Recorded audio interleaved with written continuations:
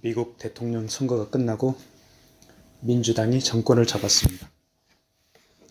각 나라들은 자국의 이해관계에 따라서, 각 개인들은 정치적 성향에 따라서 미국 대선에 관한 입장이 다릅니다. 우리 크리스찬들은 미국 대선 결과를 어떤 시각으로 바라볼까요? 한 가지 분명한 것은 과거의 민주당은 동성애 지지자들을 옹호하고 낙태를 지지하는 등 반기독교적 노선을 걸어왔다는 것입니다. 말로는 소수자를 보호하고 인권을 지킨다고 하는데 사실은 하나님을 대적하고 인간의 존엄성을 파괴하는 그런 행태를 보였던 것이죠. 공화당의 트럼프가 집권하던 지난 4년 동안 우리 보수 기독교가 어느 정도 힘을 얻었습니다. 그런데 이제는 앞날이 불투명합니다. 그나마 다행인 것, 미국 대선 직전에 코니 베럿이 미국 대법관에 임명이 되었습니다. 그래서 대법관이 9명인데 6명이 이제 보수 성향입니다. 그래서 보수 성향이 우위를 점했습니다. 트럼프가 이번에 떨어진 게 참, 저 개인적으로는 참 안타까워요. 근데 대통령직을 행하면서 마지막으로 트럼프가 행한 가장 큰 일이 이 연방 코니 베럿 대법관을 임명을 한 것이죠. 참 그런 점에서 하나님 앞에 참 감사하더라고요. 미국의 대법원과 크리스찬들, 하나님 나라에 반하는 민주당에 맞서서 하나님 나라의 질서를 세우기 위해서 참 땀 흘려서 노력을 해야 할 것입니다. 미국의 크리스찬들 뿐만 아니라 우리들도 미국에서 하나님 나라가 회복되고 하나님께서 영광 받기를 위해서 함께 기도를 해야 될 줄로 믿습니다. 오늘 본문 말씀으로 들어가겠습니다. 예수님께서 오병이어의 기적으로 많은 무리를 배불리 먹였습니다. 그리고 나서 조용한 곳으로 향했습니다. 수많은 무리가 주님과 함께 있고 싶어 하죠. 병도 치유받고 싶어 합니다. 가르침도 받고 싶어 합니다. 그 수많은 무리들 중에서 일부분은 예수님을 정치 지도자로 삼고 싶어 합니다. 그래서 로마 식민 통치에서 유대 민족을 구원해 주기를 그렇게 원하기도 합니다. 그렇지만 예수님께서는 어떡합니까? 그들을 뒤로 하고 제자들만 데리고 한적한 장소에 갑니다. 뭐 하러 갑니까? 기도하러 갑니다. 예수님께서는 무리들에게 최고의 인기를 누렸지만은 사람들 앞에 나서야 할 때와 뒤로 물러나야 할 때를 분명히 구분을 하셨습니다.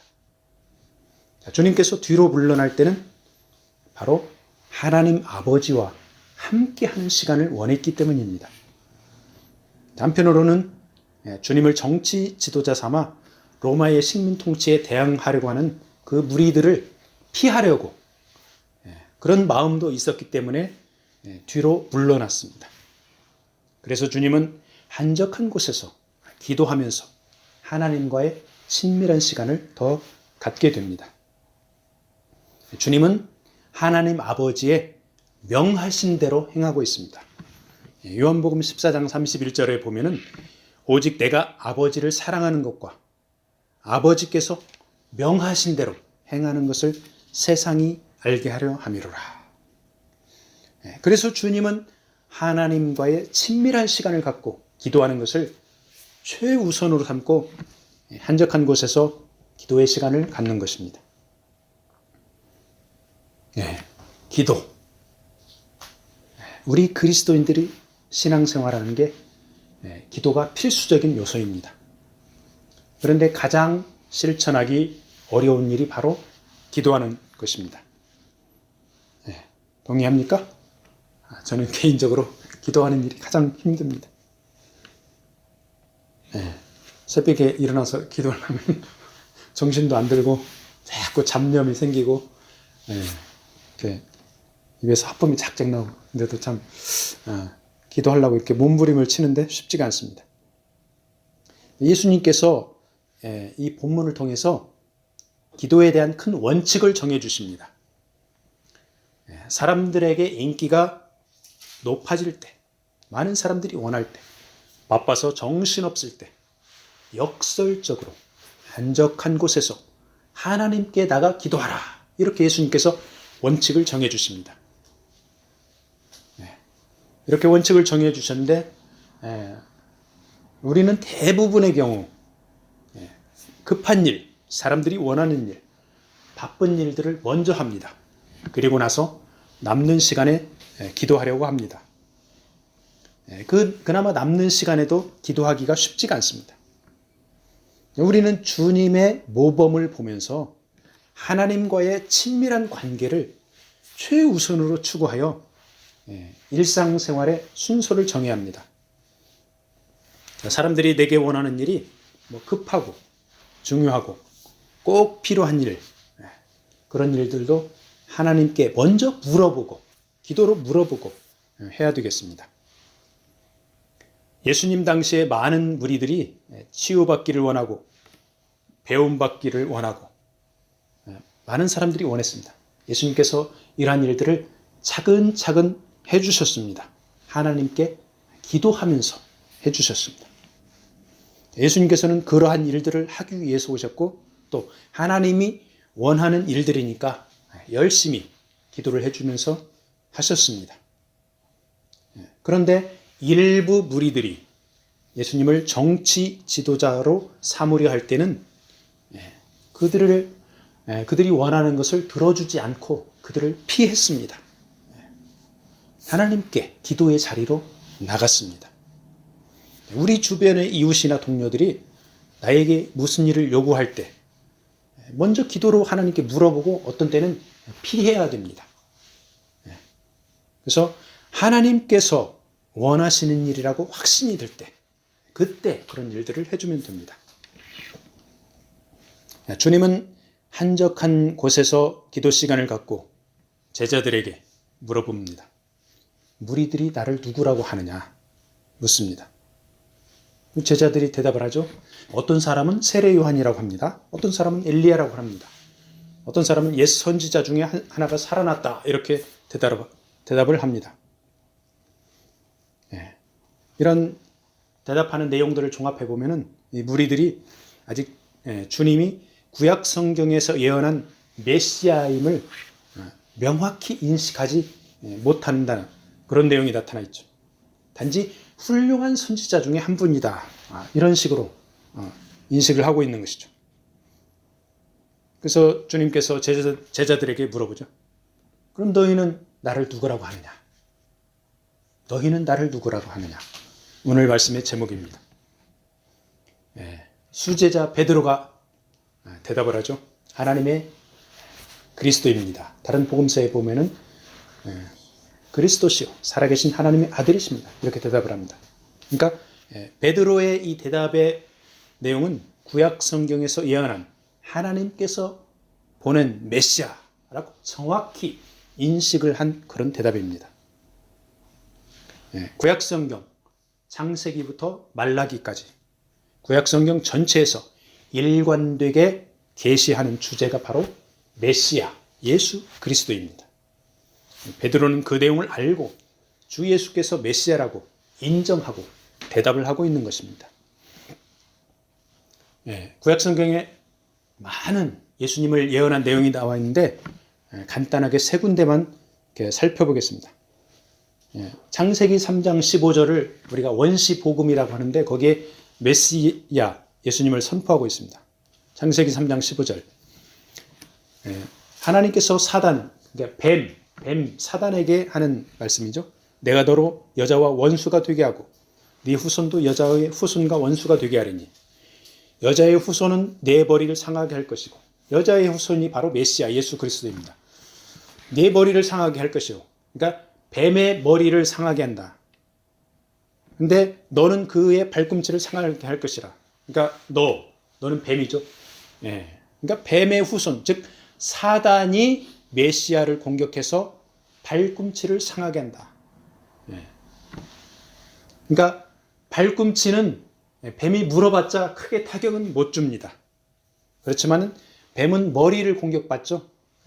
그러니까 치명적인 상처를 받습니다. 그러니까 예수께서 사단에게 승리할 것을 예언하고 있는 말씀입니다. 그리고 이사야 53장은 메시아의 고난과 구원의 내용입니다. 이사야 53장 5절 말씀. 메시아, 그가 찔림은 우리의 허물 때문이라. 그가 상함은 우리의 죄악 때문이라. 그가 징계를 받음으로 우리는 평화를 누리고 그가 채찍에 맞음으로 우리는 나음을 입었도다. 우리가 마음의 평화를 얻는 것, 우리가 육체의 치유를 받는 것, 예수께서 징계를 받았기 때문에, 채찍에 맞았기 때문에 우리가 평화를 누리고 우리가 나음을 받는 것입니다. 6절 말씀. 우리는 다양 같아서 그릇 행하며 각기 제 길로 갔거늘 여호와께서는 우리 모두의 죄악을 메시아, 그에게 담당시키셨도다. 메시아로 오실 예수께서 고난을 받음으로 죄인들이 치유받고 구원받는다는 예언의 말씀이 바로 이사야 53장의 말씀입니다. 그리고 시편 22편은 메시아 예수께서 죄인들의 대속을 위해 하나님 아버지께 버림받는다는 내용을 예언하고 있습니다. 시편 22편 1절 말씀. 많이 들어본 내용일 것입니다. 내 하나님이여, 내 하나님이여, 어찌 나를 버리셨나이까? 어찌 나를 멀리하여 돕지 아니하시오며 내 신음소리를 듣지 아니하시나이까? 주님께서 십자가에서 운명하시며 엘리 엘리 라마 사박다니, 나의 하나님 나의 하나님 어찌하여 나를 버리셨나이까? 하고 외친 그 내용이 바로 시편 22편에 이렇게 예언되어 있습니다. 구약 성경의 수많은 내용이 메시아를 예언하고 있는데 베드로는 스승 예수께서 바로 그 메시아라고 믿으면서 하나님의 그리스도라고 이렇게 고백하고 있는 것입니다. 베드로의 정확한 이 신앙 고백에 예수님께서 아무에게도 그 내용을 말하지 말라 이렇게 경고를 합니다. 베드로가 주님이 메시아라 이렇게 말하면 많은 무리들이 그렇게 받아들입니다. 그렇지만 일부 무리들은 그 주님을 정치 지도자로 추대해서 임금으로 삼아서 주님을 더 곤경에 빠뜨릴 것이기 때문입니다. 우리 주님께서는 세상의 임금으로, 세상의 지도자로 온 것이 아니라 영적인 왕으로, 유대인의 왕으로 많은 죄인들을 구원하러 오셨습니다. 그래서 세상적인 정치 지도자로 많은 사람들이 이렇게 추대를 하게 되면 예수님이 곤경에 빠지게 됩니다. 그 주님께서 오늘날 또 우리에게 동일한 질문을 던집니다. 너희는 나를 누구라 하느냐? 생활의 어려움을 해결해 주는 분, 마음의 고민을 해결해 주는 분, 육신의 질병을 치유해 주는 분, 사회적인 위치를 해결해 주는 분으로 우리가 믿고 기도합니다. 물론 이 모든 것을 우리가 기도하면 해결해 주실 분입니다.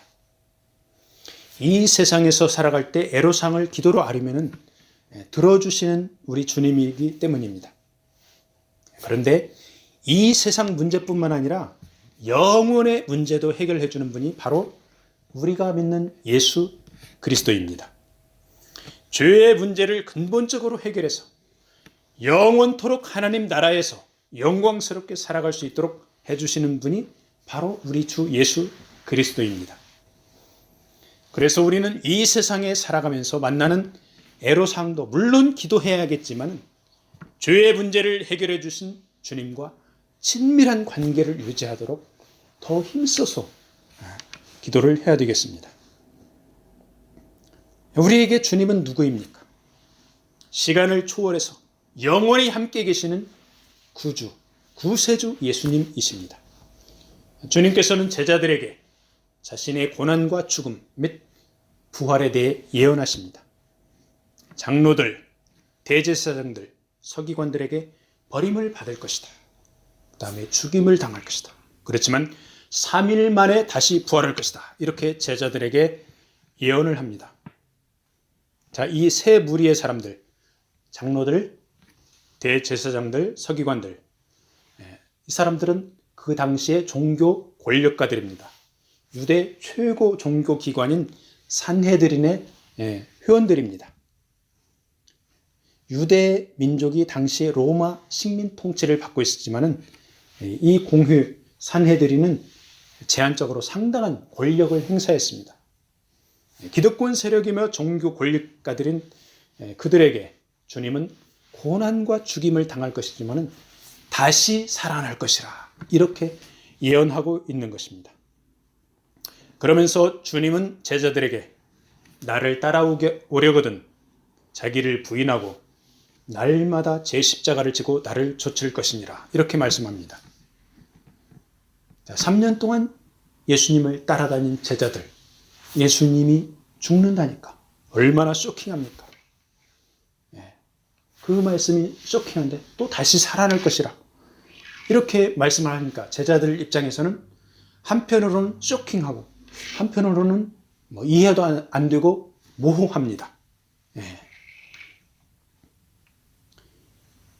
예수님께서 제자들에게 이렇게 말씀을 하셨는데 이 말씀이 오늘날 우리에게도 하신 말씀입니다. 우리가 이 세상에서 육신을 입고 살아갈 때 이 주님의 말씀 따라서 날마다 주님의 십자가를 지고 내 십자가를 지고 주님을 따라야 된다 말씀하십니다. 자, 자기를 부인한다는 것, self denial, 자기 자신의 죄성, 이기적인 욕망, 자기 중심적인 태도를 내려놓으라는 말씀입니다. 그러면서 하나님 뜻에 합당하게 살아가라 그 말씀이죠. 날마다 제 십자가를 진다. 이 말씀은 우리 각자에게 주신 사명을 꾸준히 감당하라는 것입니다. 우리에게 붙여주시는 영혼들이 있습니다. 누가 다가와서 울며 하소연을 합니다. 그러면 그 울면서 하소연하는 내용을 다 들어주고 소통하고 공감을 해주고 위로를 합니다. 어떤 사람은 가시로 찌르기도 합니다. 우리에게 매일매일 주시는 사명이 있습니다. 우리가 날마다 주님께서 주신 내 십자가를 지고 그런 사명들을 감당하다 어떤 때는 넘어지고 쓰러질 때가 있습니다. 그때 주님께서 붙잡아 주십니다. 주님을 따라간다는 것은 물질이나 명예, 권력이 아닌 진리이신 주님을 따라간다는 것입니다. 여러분들 그 성 프란시스 들어봤죠? 중세 때 그 수도원을 세운 분입니다. 프란체스코 수도원을 세운 분인데 이 성 프란시스는 아주 부자로 태어났습니다. 그렇지만은 방탕하게 살다가 극적으로 회심을 합니다. 회심을 하고 나서 가진 재산 다 팔아서 가난한 사람들을 전부 다 나누어 줍니다. 그리고 수도원을 설립합니다. 청빈하게 살아갑니다. 주님을 따라갑니다. 가진 것을 전부 다 팔아서 가난한 사람들 나눠주는 것. 예수님의 말씀에 따르는 것이죠. 자, 돈과 권력이 있으면 타락한다고 이렇게 빈손으로 무소유로 가난을 자청해서 예수님의 제자의 길을 갔습니다. 이 프란시스가 세운 그 프란체스코 수도원 수도사들은 가진 게 있습니까? 다 나누어져 버리고 먹을 것이 없으니까 어떻게 됩니까? 먹을 것을 구걸하러 다닙니다. 이런 사람들을 탁발 수도사라고 합니다. 그러니까 주님의 제자가 되어 주님을 따른다는 것 결코 쉬운 일이 아닙니다. 오히려 정말로 해내기 어려운 고통스러운 일입니다. 그래서 주님은 우리가 감당할 수 있도록 성령을 보내주셨습니다.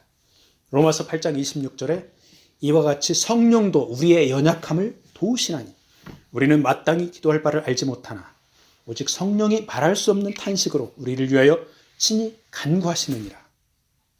그래서 우리가 성령을 좇아 행함은 육체의 욕심에서 벗어나고 자기를 부인하고 주님을 따라갈 수 있는 능력을 갖게 되는 것입니다. 주님께서 제자들에게 24절에서 계속해서 말씀하십니다. 주님을 위해 제 목숨을 잃으면 구원을 해주신다. 이 말씀을 하시죠. 눈에 보이지 않는 영원한 생명을 소망하고 예수 그리스도를 따르라. 이 말씀이죠. 이 세상에서 주님을 따르는 길이 때로는 고통스럽고 때로는 부끄럽기도 하고 때로는 다 잃어버리고 때로는 손해보는 길입니다. 그렇지만 주님과 그 말씀을 부끄러워 아니하고 따르면 주님께서 우리를 부끄러워 아니한다고 말씀하십니다. 주님께서 심판주로 재림하실 때 영광의 모습으로 오십니다. 주님 자신과 하나님 아버지와 천사들의 영광으로 오실 때 주님을 따르는 무리들에게 영광을 주신다는 말씀입니다. 그런데 우리가 주님을 부끄러워하면 주님도 우리를 부끄러워한다. 그 말씀이죠. 그리스도인들이 주님을 자랑스러워하느냐, 부끄러워하느냐, 이거는 개인의 주관적 경험과 사회 문화적 환경과 밀접하게 관련되어 있습니다. 초대교회 로마 제국에 핍박받을 때 예수 믿는다고 하는 것은 그야말로 목숨을 내건 일이었습니다. 자, 그런데 로마 제국이 나중에 기독교를 공인을 하고 국교로 삼게 되죠. 그렇게 되니까 어떻게 됩니까? 교회가 부를 축적하게 됩니다. 그 다음에 이 성직자들이 권력을 갖게 됩니다. 그러면서 교회가 타락을 합니다. 많은 사람들이 사제를 우러러봅니다. 그러니까 사제가 되는 것이 가문의 영광이 되는 때가 있었습니다. 참 역설적이죠. 교회는 부자가 되고 권력가가 되고 그런데 사제가 되기를 이렇게 바라고 영광이 되는 참 그런 시대가 있었습니다. 요즘에는 어떻습니까? 교회 지도자들의 부정적 뉴스 때문에 예수 믿는다고 밝히는 것이 어떤 때는 부끄러운 그런 면도 없지 않아 있습니다. 그래서 교회와 그리스도인은 핍박받고 어려울 때 신앙이 더 순수하고 주님을 자랑스러워합니다. 교회와 교인이 부와 권력을 가지게 되면 사회의 수치가 되면서 주님께 부끄러움을 안겨드립니다. 우리는 각자 예수 믿는 사람으로서 예수께서 나에게 어떤 존재인지 심각하게 고민해야 합니다. 개인의 주님이요 구세주로 고백하면서 그대로 대접을 하면서 따르고 있는가? 사회의 문화적인 환경 때문에 예수를 주님이라고 선택적으로 인정하기도 하고 때로는 모른 척하기도 하는가? 심각하게 고민을 해봐야 합니다. 주님께서 그래서 명확하게 말씀하셨습니다. 누구든지 나와 내 말을 부끄러워하면 인자도 자기와 아버지와 거룩한 천사들의 영광으로 올 때 그 사람을 부끄러워하리라. 우리가 주님을 부끄러워하면 우리도 주님께 부끄러움을 당하게 됩니다. 우리가 주님을 자랑스러워하면 주님은 우리를 높여주시고 영원의 세계로 인도해 주십니다. 사람에게 부끄러움을 당할 것인가? 주님에게 부끄러움을 당할 것인가? 바라기는 주님을 언제나 자랑스럽게 여기는 여러분과 제가 되기를 축복합니다. 말씀을 마무리하겠습니다. 주님께서 우리에게 원하는 것이 무엇입니까? 따로 시간 내어 한적한 곳에서 주님을 찾는 것입니다. 바쁜 일, 중요한 일, 급한 일이 있지만 먼저 주의 이름을 부르기를 원하십니다. 주님을 따르는 길이 자기를 부인하고 날마다 제 십자가를 지고 가는 고난의 길이지만 주님을 간절히 시간 내어 찾으면 역설적으로 성령을 통해 주님 따라갈 수 있도록 새 힘을 주십니다. 로마에서 기독교가 국교가 되어 돈과 권력이 교회에 쌓이자 타락하기를 원하지 않는 제자들은 온전히 주님을 따르라고 광야로 수도원으로 향했습니다. 우리는 돈을 따른다고 권력을 따른다고 부를 따른다고 하는 그런 사람들은 아닙니다. 우리는 서민들입니다. 그렇지만 우리 서민들에게도 우리가 정말로 주님을 따르는지 그렇지 않으면 세상의 것들을 따르는지 그래서 우리 각자에게 주님은 누구입니까? 우리 주님은 이 생에서 주님이고 구세주입니다. 영혼의 세계로 인도하셔서 함께할 분입니다. 이 땅에서 돈과 권력과 명예를 내려놓고 최우선으로 영원히 따라야 할 주님이십니다.